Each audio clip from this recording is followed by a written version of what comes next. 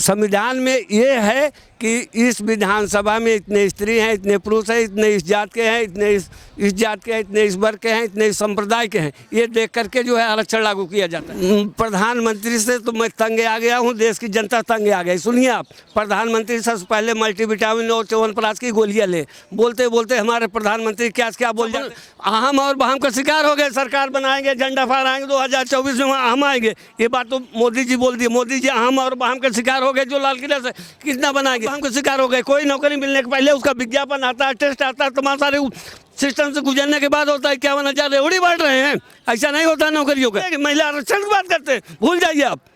ये लोग महिला की इज्जत न ले तो महिला की इज्जत दे देंगे, ये क्या जाने।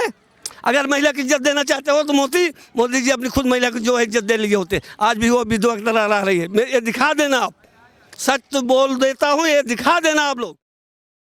नमस्कार। तो हम आज मौजूद है जंतर मंतर के मैदान पे, जंतर मंतर पे, जहां बहुत सारी महिलाएं बैठी हैं, जिनके कई सारे मुद्दे हैं, उन पर बात करने के लिए हम मौजूद हैं। आप अपना परिचय हमें दीजिएगा और परिचय के बाद ये बताइएगा कि आपने देखा होगा कि इस समय चुनाव का माहौल चला है मध्य प्रदेश में, राजस्थान में, कई सारी जगह चुनावी रैली कर रहे हैं प्रधानमंत्री नरेंद्र मोदी जी, उधर विपक्ष से राहुल गांधी जी भी कर रहे हैं। आपने देखा कि राहुल गांधी जी ने मांग किया कि जातीय जनगणना होनी चाहिए हर जगह। यूपी और बिहार में तो खासकर जातीय जनगणना के थ्रू वोट भी करते हैं। कैसे देखते हैं आप इसको और इन सब मुद्दों में क्या बोलेंगे आप? नमस्कार, मेरा नाम फूलचंद यादव प्रतापगढ़ के नाम से जाना जाता हूं। आए दिन कोई धरना प्रदर्शन होता रहता है, सब में बढ़ चढ़ करके मैं हिस्सेदारी निभाता हूं। अब रही बात प्रधानमंत्री जी जनगणना वाली बात, जनगणना हमारे यहाँ 2011 में हुई, उसके बाद 2019 में होना था, लेकिन कोरोना वायरस के आने का वजह से नहीं हो पाया। इसी वजह से महिला बिल विधेयक बंधन जो चला योजना नई लोकसभा में पास किया गया, रुक जाता है जब तक जो है पूरी जनगणना हो नहीं जाएगी कि इस ज़िले में इतने स्त्री हैं, इतने पुरुष हैं, इतने जात के हैं, इतने धर्म के हैं, एसटी हैं, ओबीसी है, इतने लोग हैं। जब तक ये पूरा नहीं हो पाएगा तो ये विधेयक जो है पास होने के बाद लागू नहीं हो पाएगा, इसलिए 2026 के बाद ही लागू होगा। क्या अगर जनगणना होनी है तो क्या ऐसे देखा जाएगा इनका नाम ये है, इनका नाम ये है, इनका नाम ये है, ऐसे जनगणना होती है? जनगणना तो काउंट करने से भी हो जाती है ना? नहीं, ऐसे कैसे काउंट करेंगे ना। संविधान में ये है कि इस विधानसभा में इतने स्त्री हैं, इतने पुरुष हैं, इतने इस जात के हैं, इतने इस जात के हैं, इतने इस वर्ग के हैं, इतने इस संप्रदाय के हैं, ये देख करके जो है आरक्षण लागू किया जाता है।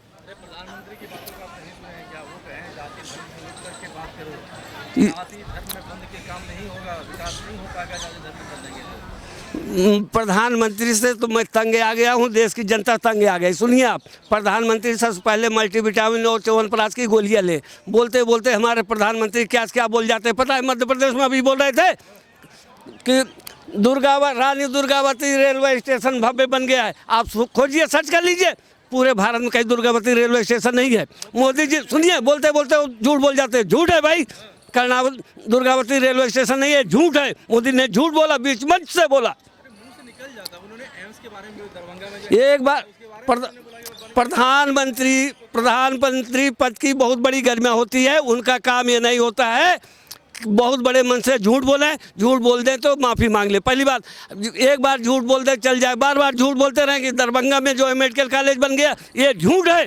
एक मेडिकल कॉलेज अमेठी में संजय गांधी मेमोरियल का है, लेकिन स्मृति ईरानी एक झटके में उसको बंद कर दिया। आज 1000 से ज़्यादा पैरा मेडिकल स्टूडेंट परेशान हैं, कर्मचारी वहाँ परेशान हैं। उसकी न्यायिक जाँच के लिए इलाहाबाद प्रयागराज में जो है सत्याग्रह आंदोलन के द्वारा हो रहा है। एक बात बताइए, एक आदमी अगर मर गया, बीमार, अस्पताल में नहीं मरा, बाहर मरा, जबकि जांच होने के बाद, लेकिन एक झटके में स्मृति ईरानी ने मेडिकल कॉलेज को बंद कर दिया। उसके बाद जो है कितने लोग इलाज के लिए दर दर भटक रहे।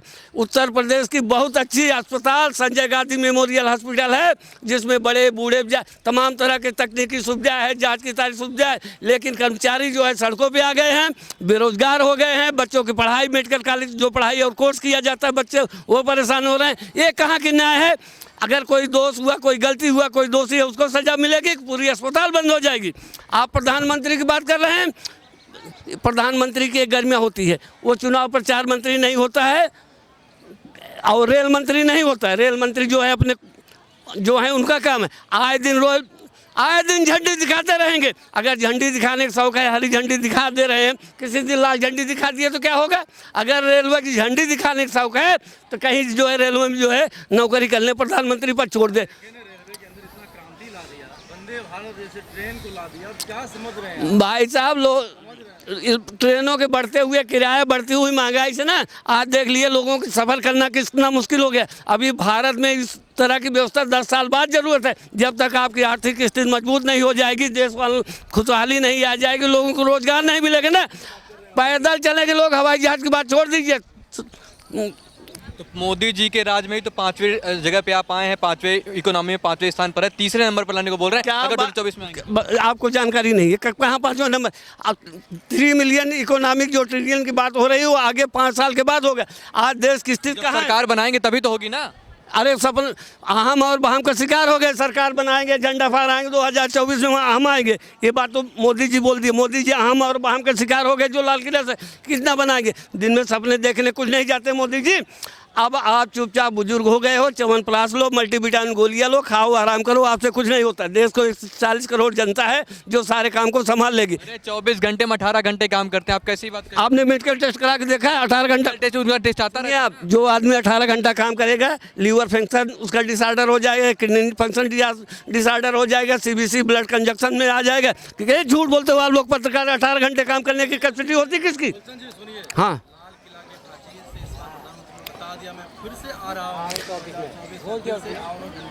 यह गलत है। मोदी जी हम और बहम के शिकार हो गए। भारत में प्रधानमंत्री ऐसे नहीं आते। बहुमत दल का वो नेता होगा, सांसद दल की संख्या उसके पास ज़्यादा होगा, जीत कर चुनाव आएगा तब वो प्रधानमंत्री राष्ट्रपति को ज्ञापन सौंपेगा, तब जो है प्रधानमंत्री बनता है। ऐसे थोड़ी हो जाएगा कि 140 करोड़ जनता है वो आ जाएंगे, हम आ जाए, हम भी कहते हैं हम आएंगे, ऐसा थोड़ी होगा।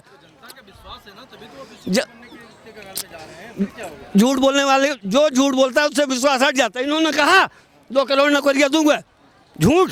बेरोजगारी हटाऊंगा, झूठ। कल 51,000 दिए हैं, देखे नहीं आपने? कल देख कैसे फिर आप हमको शिकार हो गए। कोई नौकरी मिलने के पहले उसका विज्ञापन आता है, टेस्ट आता है, तमाम सारे सिस्टम से गुजरने के बाद होता है। 51,000 रेवड़ी बांट रहे हैं, ऐसा नहीं होता नौकरियों का। अरे भाई सुनिए, उसका कब आपको पता है? आप ये भी बता दो उसका टेस्ट कब हुआ है, उसका विज्ञापन कब आया, कब लोग जो है कंपटीशन बैठे, कितने फार्म रिजेक्ट हो गए, कितनी परीक्षा रिजेक्ट हो गई, पर्चा लीक आउट हो गए। ये लोग तो आप लोग दिखा नहीं सकोगे। कह रहे हो कितनी नौकरी है, नौकरियों की बात छोड़ दो। खाली सृजित पद है रेलवे विभाग का, डाक विभाग का, जो राजस्व का, रेवेन्यू का, वो उनको नहीं सृजित किया जा सका। डाटा निकाल लो, 43 लाख नौकरियाँ जो है पेंडिंग में पड़ी हुई है सारी। उन्हें काम कौन कर रहा है? मोदी जी अकेले कर रहे हैं क्या? मोदी अब 18 घंटा काम करने का परिणाम ये हो गया, देश में महंगाई इतनी, बेरोजगारी इतनी, हर तरह से। अब बोल दे बहुत हुई महंगाई की मार, अब की बार मोदी सरकार बोल रहे हैं सब सस्ता हो गया, लोग बोल रहे हैं टमाटर सस्ती हो गई, सिलेंडर सस्ता हो गया। कहाँ महंगा कुछ भी? आप भारत में रहते हो, बाहर रहते हो? 31,000 रुपये इस शासनकाल में मोदी के ना सोने का रेट हो गया है। ऑटोमोबाइल के जितने सामान है, जितनी मोटर गाड़ियाँ जस्ट डबल हो गई, खाद्यान्न पदार्थों जस्ट डबल हो गया। आप कैसे बात कर रहे हैं सस्ता आ गया? 400 का सिलेंडर इनको महंगा लगता था, आज 1200 को सस्ता हो रहा है। क्या बात करते हैं आप, बताइए किस? हाँ, मतलब 200 गिरा दिए तो सस्ता हो गया? 400 को महंगा लगता था, 200 सस्ता कर दिए। 2013-14 में था, 12 में था। भाई साहब सुनिए, हमने क्या कहा, पेट्रोलियम पदार्थ में या गैस आती है, सारे दाम बढ़े हैं। अब उसमें डीजल भी है, पेट्रोल भी है, गैस भी है। जी कोई नहीं भाई साहब, बजरंग दल है, विश्व हिंदू परिषद है, भाजपा के लोग हैं। इसके अलावा कोई भी आदमी नहीं है। महिला आप देख लीजिए, महिलाओं के साथ क्या हाल हो गया। महिला सशक्तिकरण की बात, आरक्षण छोड़ दो। अरे मोदी जी महिलाओं को सम्मान दे दो, इज्जत से चल सके। आज दिन सुनिए यार, 2026 के लुभावने सपने हैं। 33% नहीं, 1% ना दे दे, महिलाओं को सुरक्षा दे दे। आज हमारी पहलवान बेटियाँ इसी जंतर मंतर से घसीटी गई, जो भारतवर्ष की बेटी थी, पूरे देश में, पूरी दुनिया में। सुनिए आप, सुन लीजिए आप, इस महिला के बहन बेटियों को, संगीता फोगाट, विनेश फोगाट, जब सड़कों पर खींची गई तो इसकी बदनामी पूरी दुनिया में गिरी, भारत की साख गिरी। भारत में महिलाओं की इज्जतें होती है। आपको पता है मणिपुर में जो है सैनिक की, जिन्होंने अपने जान की बाजी लगा के कारगिल में ना देश का मान सम्मान बढ़ाया था, उसकी बहू के साथ नंगा घुमाया गया। ये महिला का सम्मान देंगे? महिला आरक्षण की बात करते हैं, भूल जाइए आप। ये लोग महिला की इज्जत ना ले तो महिला की इज्जत दे देंगे, ये क्या जाने। अगर महिला की इज्जत देना चाहते हो तो मोदी जी अपनी खुद महिला की जो है इज्जत दे लिए होते। आज भी वो विधवा की तरह रह रही है। ये दिखा देना आप, सच तो बोल देता हूँ, ये दिखा देना आप लोग मोदी जी। जी बेटी बचाओ बेटी पढ़ाओ तमाम नारा तो उनका है भाई, सब कैसे ये आप रिसर्च कर लेना, मोदी जी के यही शब्द था, मुझे कहने में सर में आ रही है, बेटी पढ़ाओ बेटी बचाओ, लेकिन उसमें शब्द गलत है। आप सर्च कर लेना, मोदी जी के मुंह से टंग फिशिंग जबान बोली गई है, ठीक है, आप देख लेना। क्या बोले थे वो? बेटी पढ़ाओ बेटी बचाओ, बेटी पढ़ाओ बेटी पढ़ाओ, इस तरह का शब्द आया है, आप देख लेना, आप जानते हो आप लोग। तो इसको मैंने कहा टंग, आदरणीय प्रधानमंत्री है कोई, कभी आ रहा था कि ये जी वो जी हम जी भी होते हैं, देखिए बोल रहे थे। होता है टंग फिशिंग मानकर को हम छोड़ देते हैं। राहुल को तो आप लोगों ने ऑक्सफोर्ड यूनिवर्सिटी पढ़ा लिखा उसको पप्पू बना दिया, जो अनपढ़ और जाहिल गवार है उनको जो है बिस्कुरु बना दिया। कैसी पत्रकारिता करते हैं आप लोगों का नाम जो है ना 14 पत्रकारिता नहीं कर रहे हैं, मानते हैं लोग तब उनको बोलते हैं। क्या मानते हैं भाई? देखे नहीं G20 में कैसे किया उन्होंने? झूठ का ज़्यादा दिन बाजार नहीं चलता मेरे भाई। G20 करा करके ना उससे साख ही गिराई। G20 की प्रक्रिया है कि पूरी दुनिया में हर वर्ष हर जगह होता है, आने वाले समय में बीजिंग होगा, अब पिछले समय कहीं और होता है। जो G20 की प्रक्रिया है ना, आज आपने दिखा दिया सोने चांदी के बर्तन हम खाते हो। देश पर कर्जा कितना है? जब मनमोहन सिंह थे 50 लाख करोड़ रुपए कर्जा था, आपने 100 लाख करोड़ रुपए कर्जा हो लिया, आज आप कर्जदार हो। आज भारत देश कर्जदार है।